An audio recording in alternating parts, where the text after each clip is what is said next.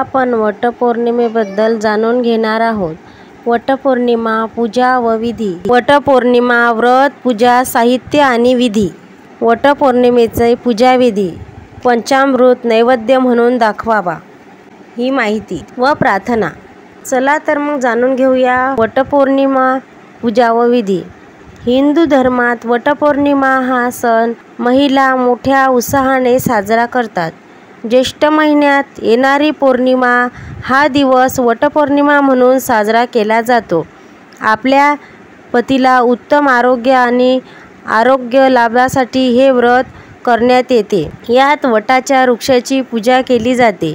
या दिवशी स्त्रियांना वटवृक्षाची पूजा करून मला व माझ्या पतीला आरोग्य संपन्न आयुष्य लाभ दे, तसेच धनधान्य, मुले बाळे, संसाराचा विस्तार होऊन भरभराटी होऊ दे।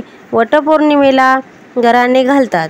वट हा वृक्ष दीर्घायुषी असल्याने वृक्षाचे संवर्धन आणि जतन व्हावे या हेतूने वृक्षाची पूजा करण्याची संकल्पना भारतीय संस्कृतीने स्वीकारली आहे। ज्येष्ठ शुद्ध त्रयोदशीपासून पौर्णिमेपर्यंत हे व्रत करण्याचे असते। 3 रात्र व्रत करावे असे सांगितले गेले आहे।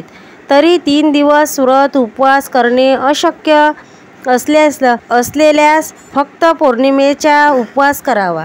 या व्रताचा विधीत नदीकाठची वाळू आणून पात्रात भरून तिच्यावर सत्यवान आणि सावित्री यांची मूर्ती ठेवल्या जातात। मग त्याची षोडोपचारे पूजा केली जाते। त्यानंतर 5 अर्घ्य द्यावीत। मग सावित्रीची प्रार्थना करावी।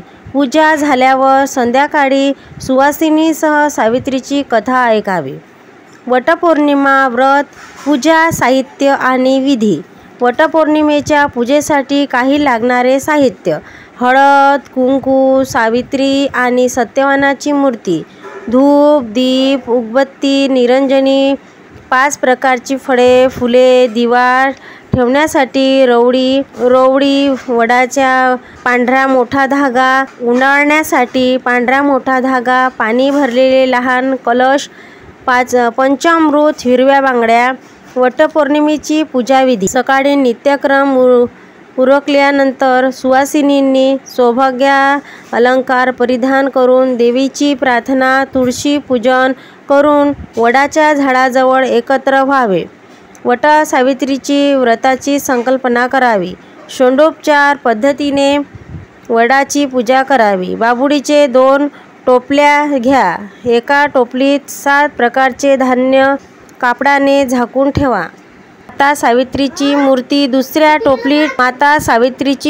दुसऱ्या टोपलीत ठेवावी आणि धूप, दीप, अक्षत, कुंकुम, माऊली इत्यादी पूजेचे साहित्यासहित ठेवावे।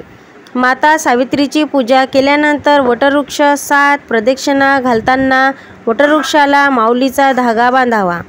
पंचामृत नैवेद्य म्हणून दाखवा। यानंतर ब्राह्मण किंवा गरजू व्यक्तीला श्रद्धेनुसार दान प्रदक्षिणा द्यावी। पूजेनंतर महिला एकमेकांना आंब्याचे वाण देतात। या दिवशी विवाहित महिलांनी वटवृक्षाची पूजा करून कथा ऐकावी। सावित्री आणि सत्यवानाच्या नावाचा जप करावा। प्रार्थना: सर्व पवित्र वृक्षास वटवृक्षाचे आयुष्य जास्त असून पारंब्याने त्यांचे विस्तारही खूप होतो, अशा वटवृक्षाची पूजा करून स्त्रिया मला व माझ्या पतीला आरोग्य संपन्न दीर्घायुष्य लाभू दे, धनधान्य व मुले नातू यांची माझ्या प्रपंच विस्तार व संपन्न होऊ दे अशी प्रार्थना करतात। भक्तांनो, व्हिडिओ आवडल्यास व्हिडिओला लाईक करा, शेअर करा, सबस्क्राईब करा, तसेच बाजूला असलेल्या बेलवर क्लिक करा, म्हणजेच आमचे नवीन येणारे व्हिडिओ तुम्हाला सर्वात आधी मिळत जातील। जय गजानन।